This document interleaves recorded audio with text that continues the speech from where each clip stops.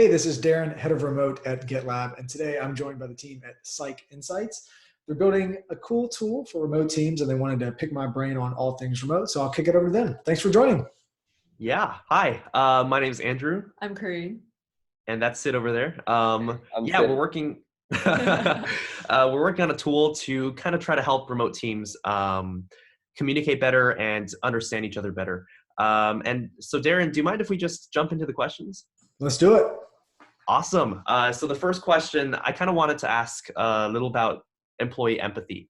So how do you kind of encourage empathy between your remote workers, kind of given the mass disconnect in physical space?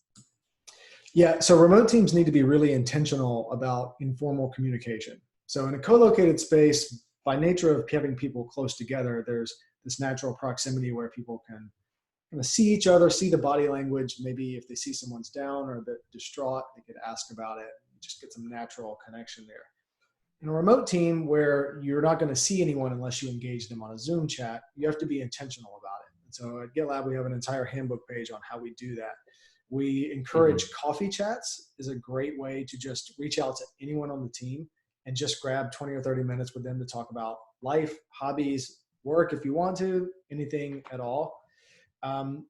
Another interesting thing is we encourage people in meetings to focus on the work, not the background. So we say meetings are about the work, not the background. So everyone has seen the video where the gentleman is having this very formal business chat at home, and then his child opens the door and walks in. It's like it's a heroic video. So at GitLab, instead of you're freaking out about that, we actually would just laugh it off or encourage it. Again, a distraction from a pet or a significant other or any other family member is welcome. That's kind of the beauty of doing this all remote thing. The other thing is we encourage people to just be wherever they are. And so if you have this amazing or interesting background, it's a great icebreaker. It's like, where are you today? Oh, I'm visiting someone, or oh, I'm skiing today. It's an amazing way to engage people that you actually would not get in an office, because everyone kind of checks a certain part of themselves at the door and everyone is in the same building. So you don't have that opportunity to kind of connect with somebody on a level beyond work.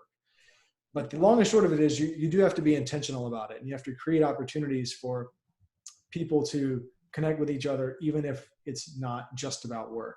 And the last thing I'll add there is in-person interactions are actually vital to what we do. So a lot of people assume that if you're on a remote team, you never see anyone. But in fact, we need a dedicated strategy to how we engage with each other in person. And so every 9 to 12 months, we get the entire company together for an event called GitLab Contribute, where there's an opening keynote, a closing keynote, and then everything in between is pretty much bonding and exercises that get us together as a team.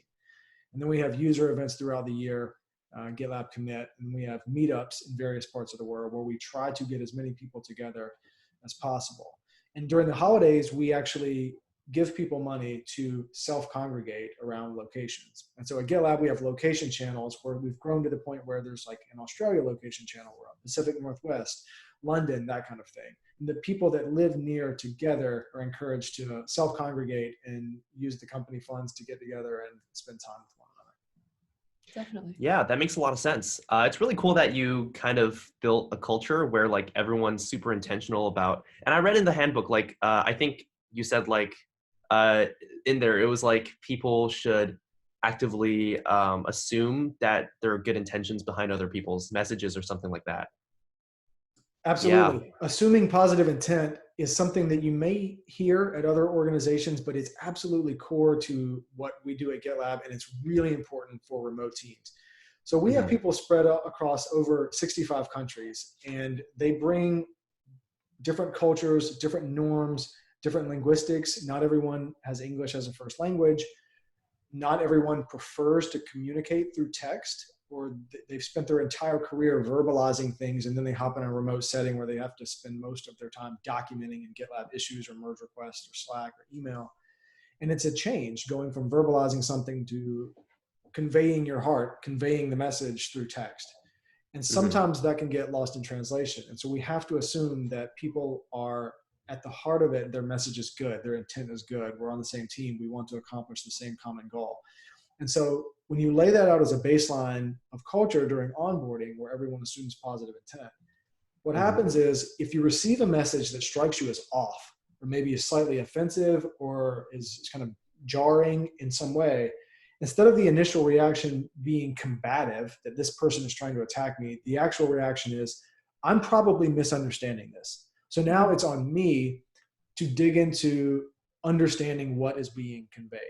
And that's a subtle, small shift, but at scale, that's how you keep an organization sane and healthy, instead of everyone just assuming that they're out to get each other, which for whatever reason happens in a lot of places. But that simple change on just assuming, it's basically, you're innocent until proven guilty. And so if the statement comes across and it's jarring in some way, assume that you've misunderstood it and work towards that resolution before you assume that it's something that is malicious. Yeah, definitely building off of that. How much do you think is necessary for company culture to enforce that? And how much do you think is like inherent? Do you think people would stray, I guess, into the kind of like combative nature just naturally as part of human nature? Or is that something that like people kind of already do, but GitLab just kind of guides them? My guess on that is that most human beings will default to combative if certain conditions allow for it.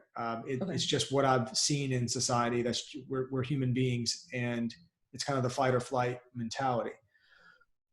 So it takes intentionality to combat that and fight that within yourself. And we in our onboarding, we actually tell people you have permission to drop prior organizational baggage and organizational norms, and you truly give yourself permission to operate differently. Because if you don't hear that, in past environments, for a lot of people, it's like every person for themselves. And if something comes across as combative, it probably is rooted in that. But at GitLab, we have to turn that on its head, and it takes continual reminders of looking at our values, like, oh, actually, assume positive intent. So it's a continual learning process, but I think over time, when you see it reinforced, we have a thank you channel and a values channel, and you'll see people. Okay. You'll see people every single day call out a certain situation where they'll thank someone else for clarifying something, or they'll thank someone for being patient as they learned something or explaining how they viewed something differently. So we have open conversations about these things. And when you see that talked about, it's a continual reminder of how it should be done and can be done. That helps reinforce it. And I actually think that's one of the beautiful things about all remote, where if you were in a co-located space, it's really difficult to do that. It's really difficult to get 1,000+ people to have visibility to someone calmly explaining something or interpreting something and explaining something from combative to positive. But when everyone is on an equal playing field of a digital landscape, like all have equal visibility to that message, it's easier to share that information. So I think remote actually works better at scaling culture, because elements like that can be easily seen by the entire company. And it helps that GitLab is so transparent like that. We want thank yous to be out there in the open. So in an office setting, for example, like whoever is within earshot may hear someone tell another person thank you. So maybe the department is like, oh yeah, Tom and Jane got through this thing and they thanked each other, but no one on a different floor or a different department will ever hear of that. So they don't benefit from that. But in a remote setting, everyone has visibility to it. Yeah. That makes a lot of sense. So kind of switching gears from that a little bit, I also wanted to kind of pick your brain as to how you approach meetings and how, I guess, how you believe other people within remote teams approach meetings as well. So I wanted to know about do you prepare for certain meetings, and what kind of meetings are they, if you do, and also just to add on to that as well, do you think people at GitLab prepare for meetings as well? Yeah, so meetings is a common question we get. Everyone has seen the badge that says, I received an award for surviving a meeting that could have been so the long and short of it is, every meeting at GitLab, except for a coffee chat, which is just a casual conversation to talk about anything, every meeting requires preparation, because every meeting requires a Google Doc agenda attached to it. This serves a couple of purposes. One, it makes the meetings more efficient, because you have to prepare for it. You have to look at the agenda before the meeting even starts, so you don't spend any time in the meeting going over what the agenda is. Everyone already knows what it is. And by having that agenda document there, it allows the person calling the meeting time to crystallize what the point of it is. Instead of getting in a meeting and then like a million things are happening and just kind of go anywhere. It's just human nature. If you document it, that's the only way it can go, is what the document says. Yeah. The other thing about that is it allows people to contribute asynchronously. And this is vital for GitLab. So we have people in 65 plus countries. A lot of people right now are asleep. But they could still contribute to this meeting if the agenda was already there, because they could have gone in 5 hours ago and added a question that then I could verbalize or someone else could verbalize on the call. And then we document the answer in the same document. And then when that person wakes up, they're able to go in and see what the result of that was. That is key to working asynchronously. And GitLab couldn't do it any other way. I think the final thing is all of that contributes to us having meetings as a last resort. So a lot of companies, especially synchronous companies, their first reaction to get anything done or move a project forward is to just get a meeting together. And at GitLab, the meeting is the last resort. If you can move a project forward by conversing with someone in a GitLab issue or a merge request, something that is documentable, something that's asynchronous, something that is low context so that there's a lot of precision and detail where people can read at their leisure and catch up, that is always preferred, because meetings are super inefficient and they break your concentration of whatever state of flow that you were in. And then after the meeting, there's the burden of having to document whatever came out of the meeting into something that's a single source of truth, like a GitLab issue or merge request. So there's a lot of work that goes on with it. Even if you record a meeting so that someone can watch later, that's a huge burden, because they're watching the meeting and maybe not all of it is related to what they need to know. So there's this big time sink in trying to watch something after it happens while the rest of the team that was in it to begin with have already moved on to the next thing. Definitely. Yeah, that makes a lot of sense. Yeah, but thank you so much for those answers. That was really good. That was amazing. Yeah, if you don't mind, we wanted to show you what we were working on, and kind of we wanted to pick your brain as to like whether or not you think people would use it, like whether or not people would like come back and like actually do the commands as you'll see in the future. Do you mind if we share our screen? Let's do it. All right, let's do it. Let me share right now. Can you see my screen? Yeah, so basically what we've been working on is, I don't know how much you've seen on our site or anything, but we basically have a bot that does two things. One, it asks every user in a Slack workspace a series of questions. So it's scheduled for 9 a.m. every single morning. And you'll see that here. Like, for example, this one right here is a little more basic. It's about roles and responsibilities. So, and also provides an example. You can respond to the question. It just acts like a little mini journal almost for people that want to self-reflect. And it's for basically public use, so anybody can see these answers. So some questions would be like, what is your position with the company? What are your day-to-day responsibilities? Basically stuff that you know, but somebody who's never met you before but only knows you by your LinkedIn page might not. Yeah. So that's the first part. And the second part is what we call, or what are just AI generated insights. In that, like, if I want to call, so I guess just a preface, we have a bunch of different commands that people can call. So if I want to, like, let's say give feedback to Karine, because, you know, I have a one-on-one with her and we need to kind of talk about different things, I can run the command Kona give feedback Karine. And then what it'll do is it'll show her answer to the question, first of all. This is a different question that asks about, you know, what's the best feedback you've received? So I can do that, and anyone in the company can do that. And it also generates a couple of AI generated insights. So a couple of them are, you know, set real clear, realistic expectations, and a couple more. We can also expand them to, you know, view like more about why these insights are what they are. The point is just kind of to help people empathize better with each other and like help people understand each other on a soft skills level. Yeah, and so as the subject of this, the insights are basically taken from my public Slack channels. And so it'd be analyzing the text and figuring out the personality footprint that falls underneath that. We use Big Five personality for like more data-driven kind of personality things rather than just sort of like a 16 personality little archetype to fit it in. But as somebody who's like I'm an English major by trade, like I'm not super technical. I was very skeptical at first, but these insights are actually accurate, like very accurate. Yeah, we use IBM Watson right now, which is something, it's like a new research initiative that IBM's created that does like this personality stuff. But we're working on like training our own algorithm, of course. Yeah, so I beat Watson basically. Yeah, so we wanted to ask like, what are your thoughts on like a product like this? What do you think about the idea / like value proposition for remote teams? So I love this, and the timing of this is really interesting because at GitLab, what we have done is we've enabled people to stand up READMEs. It's always been possible, but of late, there's been some people that have essentially created a README or like an SLA about themselves. So people that are joining their team or maybe new to working with them in a cross-functional team, it essentially says, this is how I prefer to be communicated with.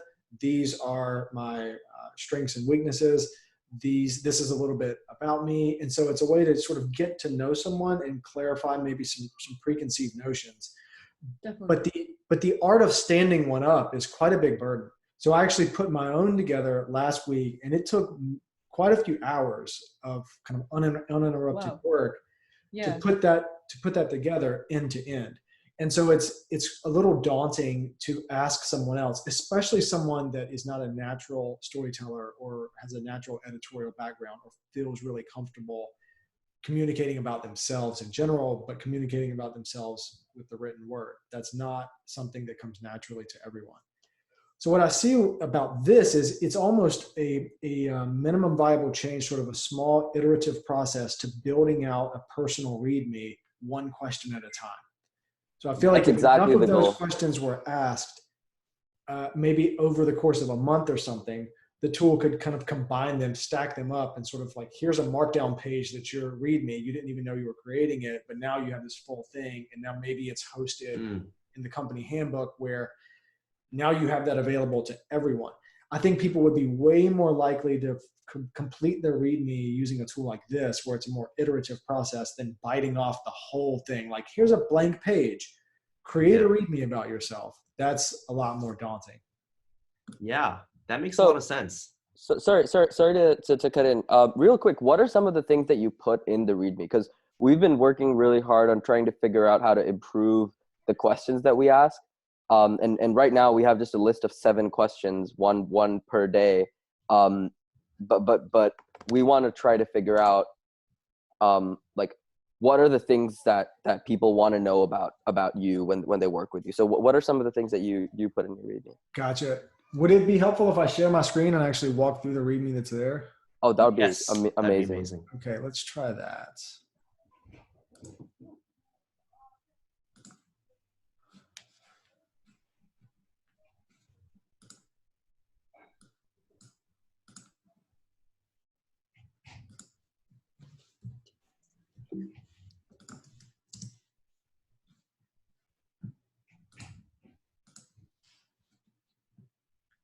All right.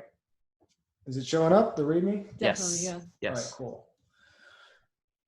So the top starts with just a basic introduction that essentially shows my role. And then I linked my role to a blog post that I wrote when I joined the company that kind of gives some context around what the role is.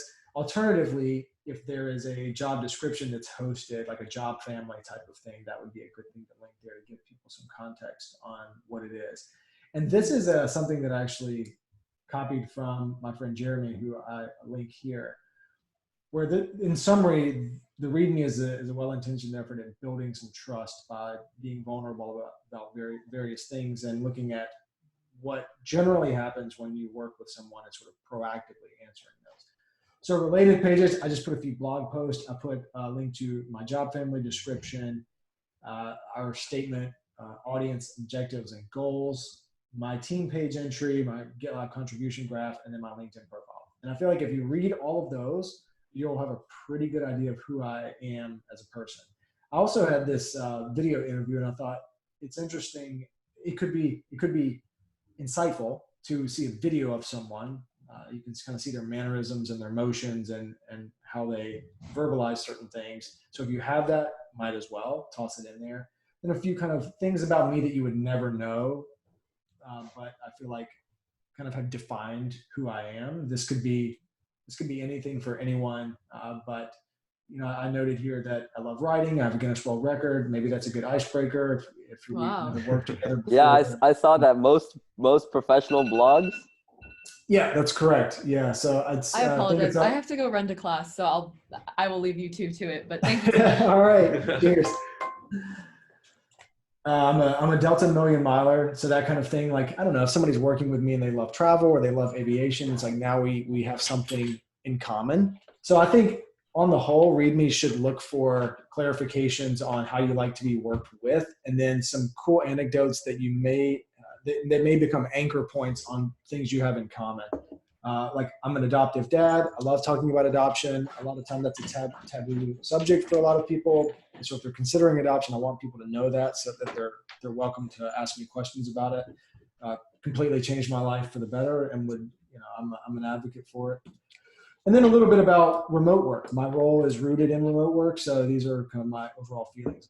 So the next section is how you can help me. I think this is a big one, because if you don't kind of ask someone to do that, a lot of people are humble and they won't put that out there, but it's actually really useful to know how people like to be helped, because it's vastly different from person to person. You may think you know someone, you may think you're doing something that's doing someone a favor, but in fact, mentally it's not really moving them forward at all. So just laying out how you can help me, it gives some insights on that.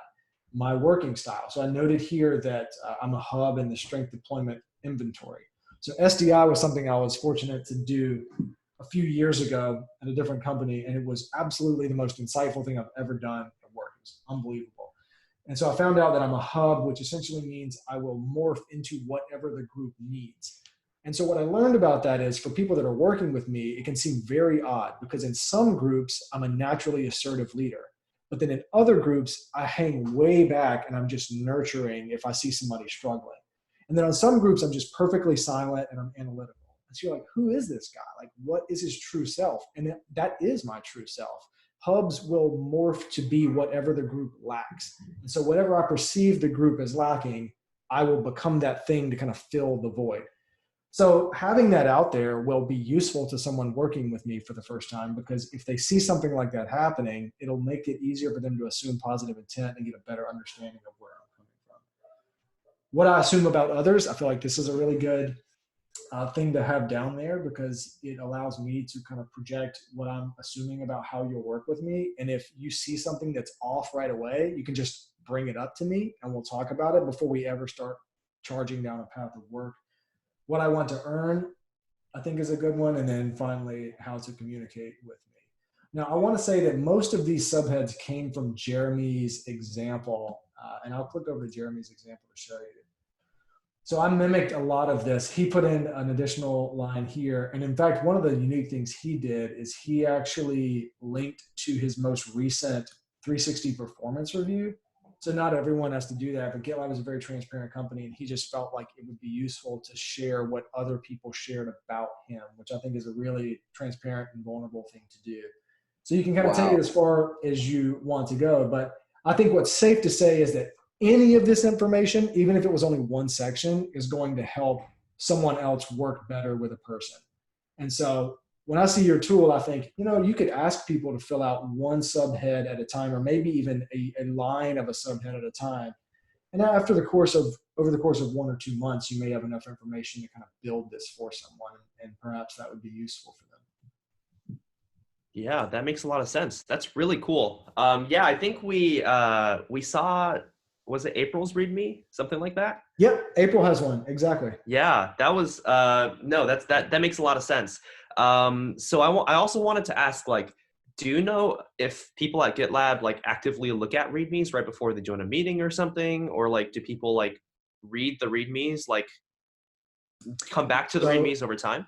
My perspective on that is it's kind of a newer muscle. I think GitLab has over 1,100 people, and I think there's like 10 READMEs total for the entire company. Really? So, Yeah, and it's very much a new thing. And so what I've been thinking about is how can I encourage more people to create these and engage with these? And actually what I would love is if our Google Calendar would automatically append the README to every person that was in a meeting, such that as part of the preparation, you would be able to look at those READMEs for people that you had never met before. If that was automated in some way, it would be amazing. But of course, those READMEs need to exist before something could automate the attachment. That's crazy. What we've actually been thinking about is within our Slack bot is yeah, if we sense that you have a meeting with X, Y, and Z person, it's like a pre-meeting brief. Like, you know how LinkedIn sends you a message, a Yep. notification 10 minutes before. It's like this is how you read the room beforehand. These are some things you need to know. Yeah, look, honestly, I feel like this would create so much more empathy in teams. This would reduce the stress and anxiety level of trying to put on a face and sort of be this thing that you perceived as you need to be in a certain meeting. And it just breaks all that down. It opens up vulnerability. It just gives you the honest take on who everybody is. And also creating these things, it's a forcing function on you being honest with yourself and putting it out there. And anything that we can do to create more community and create more relationship between people, to add a human element to work, I think is a win.